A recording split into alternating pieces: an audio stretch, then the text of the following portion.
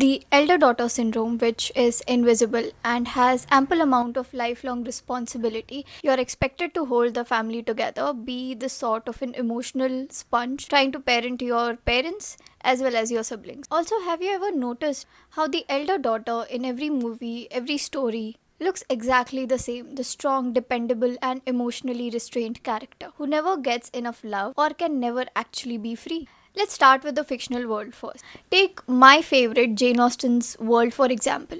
In Pride and Prejudice, Elizabeth Bennet is constantly carrying the weight of family reputation. Her younger sister Lydia is out there flirting with soldiers, and which leads to her eloping at the age of just 16. But Lizzie, despite of not being the parental figure, still wants her father of what Lizzie has been doing, trying to have or play this part of being the parent even when the parents aren't allowed. On the contrary, Mr. Bennet never really took her advice or the caution that Lizzie gave that seriously. In Sense and Sensibility, Eleanor Dashwood is another example of the elder daughter. She's heartbroken, yet she has to control her emotional turmoil and suppress her feelings and live with the fact that somebody that she loves is engaged to somebody else. And then one example that everybody for sure would have seen in the recent series or in pop culture, which is Kate Sharma, the total and perfect Indian elder daughter archetype. She's in her late 20s, given up all her dreams and aspirations, raising her sister, managing finances of the family, trying to do everything right. And on the contrary, her idea of head over heart mentality actually leads her into the exact sort of situation that she was trying to run away from. The same emotional chaos that she never wanted to face herself. One of such favorite characters of mine is Piku, perhaps the most realistic portrayal of an elder daughter. She's independent, manages a very demanding career, and also takes care of her old father, Bhaskar Banerjee. She's pretty sharp, assertive. To an extent, Piku is the perfect example of a strong daughter as well as somebody who's revolutionary enough to break the mold of what an Indian daughter should look like. Now, from an Indian girl's perspective, society will always try to break you. No matter what you do, there's always something which is not right enough or not perfect enough that you're doing.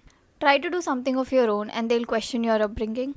Try to choose a partner and your character will be under scrutiny. And if simply you choose to live your life on your own terms, nobody is as selfish as you are. And every move that you take becomes about your family and its honor. Somehow your khandan's entire respect lies on your shoulders. The moment you step an inch given the boundaries of what the society has created for you, everybody will start questioning your character, screaming about traditions and culture that you are not trying to preserve. And I feel these are the exact kind of things that have been constantly keeping us or pulling us back from generation to generation. Well, if we think more about it, traditionally, the daughter's devotion or the quality of the level of goodness a daughter has is measured in two most important ways, which is obedience and virtue. Respecting elders, getting the kind of educations your parents want you to get, getting married at the right time with the right person that your parents choose for you, and being born into a family which constantly reminds you that you are never going to be a part of it. You're always this pariah dhan who's eventually going to move out. You are expected to be modest, to control your desires, irrespective of what your desires are. Never be too opinionated because it's our culture to be a good girl. And to be honest, the biggest conflict nowadays, or the things that I have seen between Indian parents and their daughters, is always about finding their partner or letting her choose who she wants to be with. Love is only acceptable within the boundaries of caste, religion, class, and family's reputation. The reason that I fell in love with the character of Piku is she constantly breaks such stereotypes. And I feel Amitabh Bachchan's character is conservative in his own particular way. He respects her autonomy, and at the same time, he thinks that marriage isn't the ultimate goal for Piku. He doesn't approve of her choices as much, and he's constantly scared that she might end up in a relationship which might take away part of her independence. Matter of fact, when he dies, Piku doesn't really lose herself. She grieves, and I feel there's also a sense of peace and growth in her character. And that is exactly what makes her a very powerful representation of what a daughter should look like. Someone who carries love, responsibility, independence, all of those things at once. And as I said earlier, it is very difficult for us to find the example of an elder daughter who is loved and is also free from expectation. If you genuinely want to be peaceful in your life, stop trying to make people understand what your problems are, what your life choices are. I feel that is the biggest cage that one can ever build for themselves. You and I can talk about feminism and freedom all we want on the internet, in every comment section that we want. But in real life, if we cannot take a stand for ourselves, then what are we even fighting for to begin with? And to be honest, taking a stand at times can look like that you're going against your parents, even disappointing them to a bigger extent. But it is only you who has the right to choose your studies, your career, the city that you want to live in, the clothes that you want to wear, and the partner that you choose.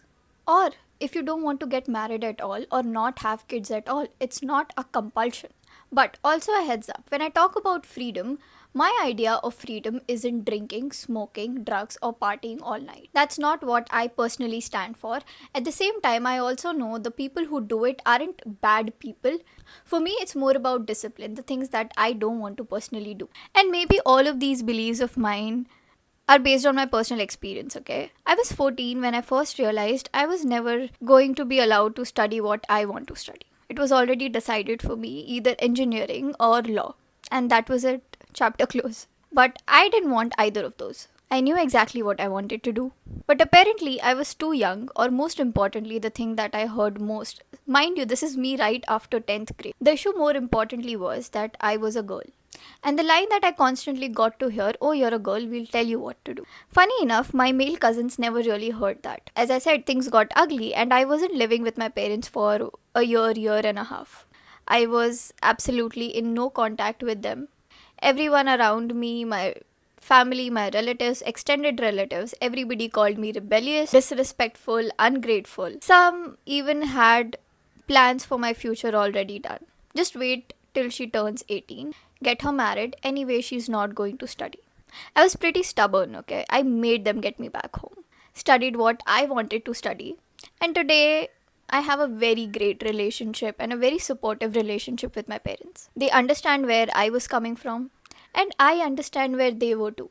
They weren't villains of any kind, to be honest. They were just trying to raise a daughter in a society that constantly tells them what to do, how to control. It was their first time being parents, and it was my first time being a rebellious teen. So, obviously, we both made mistakes, and this is an experience I'm really grateful for that I got to have at a very young age. Now, I look at my siblings and think, I don't want them to go through what I went through. I fight for them, have arguments at times for every small decision because I know how it feels when nobody is there for you, when you're left alone. Maybe I also think that I failed my 14 or 15-year-old self back then. I could have done a better job in saving myself. But at the same time, I refuse to let them feel the same thing that I felt. And yes, I was around 9 years old when my sister was born. Since then, life has revolved around, in a way, around responsibility. Always being told that you have to be the good example. I don't remember having this carefree childhood or my teen years. As you guys already know, I'm not someone who makes friends either. 2 years since I got back, I was just studying. COVID hit. 2 years of my undergrad went into COVID. I was just at home doing online lectures. Last year of my graduation went in a jiffy that I couldn't even recognize who was who. Insecurities hit. After that, I sat back home again, preparing for my entrance exam, freelancing, working, and now here I am. At the same time, currently, I am the ideal poster child. This is what I have been said a lot of times, and I'll tell you why. And also, one of the reasons that I don't really have any sort of arguments or anything with my parents right now. I don't go out much, I don't drink, I don't smoke, I don't go out on trips, I don't have many friends. I go to college, get back home, I do YouTube on the side, and that's about it. There is nothing that they can tell me or control me about. So, right now, currently, my relationship is very cordial and peaceful with them. But deep down, I am also very hyper aware. The moment I take a decision that doesn't align with what they think is correct, the conflict will come back. And that is just how things work. In Indian families, especially, love always comes with certain conditions, or in many of the cases, with report cards and percentages. Now, After talking about all of this, how can we not talk about relationships and emotional dynamics that we have to go through? Well, choosing a partner of your own choice is, anyways, a battle in an Indian society, irrespective of your gender, your caste, your religion. All of these things play a very important role. Fighting for love, you're literally having this mini Mahabharat with your entire family for them to literally let you live your own goddamn life. Your neighbors, your extended relatives, basically anyone and everyone who just has heard that you exist on this earth. Now, from an elder daughter POV, you have always had this hyper independence that has been a part and parcel of your life, you know. Even if you're at a stand in your life where you have to finally choose or look for a partner, it's not that easy to be completely dependent on them, to trust them. You fought for every single small decisions that you've ever made in your life. Your education, your independence, your identity, and now suddenly you're expected to just relax and find love. And obviously, in this day and age, it's very difficult to find the correct partner. So, when elder daughters like me look for partners, we subconsciously look for someone who is very different than us. Because we have obviously been the caretakers all the time, and maybe in a relationship, we want to step back and relax for a while. And I'll be very, very honest with you all, we are not the easiest bunch of people to deal with. I personally have a very bad temper. I get angry very quickly, and I'm also someone who cries while arguing because I know I'm hurting myself and also the person right in front of me. But the thing is, the anger burns very quickly too. I forget in like 5 minutes that I was angry, and I'm also super stubborn. I can't stand seeing anybody be treated in a very unfair manner, especially with my father. It's one relationship I've always had sort of a struggle with. The constant tug of war between us. He doesn't appreciate my arrogance, neither do I appreciate his. And the irony, the arrogance that I have, is from him. He forgets that I am basically a reflection of him. His anger, his stubbornness. But after all of that chaos, he's the person I would always go to no matter what is happening in my life. Also, apart from the family dynamics, it is also important for us to talk about society at large, where things are way more complicated. Every time I've taken any sort of decision about myself, I've had to hear the sentences such as, "Oh, हम तुम्हें पढ़ने देते हैं, हम तुम्हें job करने देते हैं, और हम तुम्हें वो कपड़े पहनने देते हैं जो तुम्हें चाहिए. We let you study, we let you work, and we let you wear whatever the fuck that you want." And I always sit back and think, who exactly on this planet gave you the right to let me? And people talk about women's freedom as if it is theirs to grant us. We allowed you to study, we allowed you to work, we allowed you to talk. You didn't really allow us anything. I would say, in a way, you just stopped stopping us. That's about it. And also, the worst that I hear is, we gave you the right to education. Our education was never yours to take away from us. Our right to work was never yours to take away. Also, now this is a conversation about a few people that you have to be very cautious and run from. Starting with aunties. It's just patriarchy repeating itself all around us. So, my nanny was someone who never made my mother work in the house. She always told her eventually, working was never an option for her. She always told her, eventually, you're going to have your own family and you're going to work there. So, as long as you are in my house, you will not enter the kitchen.